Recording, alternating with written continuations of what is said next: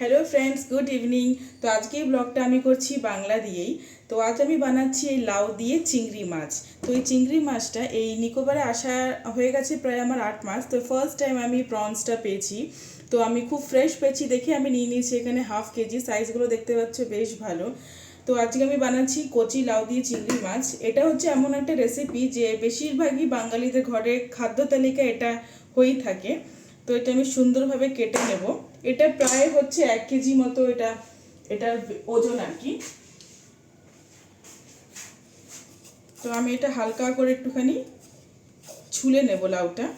তো এর মধ্যে আমি কোনো মশলা বেশি সেরকম কিছু দেব না, শুধু জিরে পাউডার, নুন, হলুদ দেব এবং কাঁচা লঙ্কা।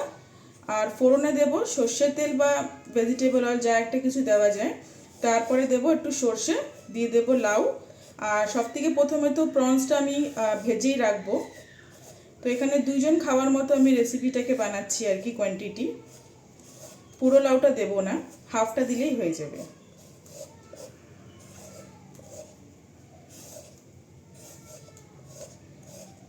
তো আমি মোটামুটি এইভাবে ছাড়িয়ে নিয়েছি, দেখতেই পাচ্ছ।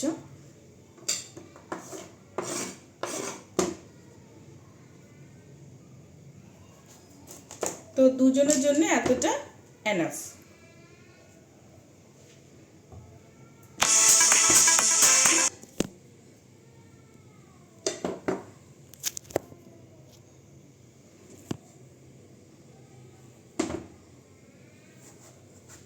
লাউটা খুবই কচি।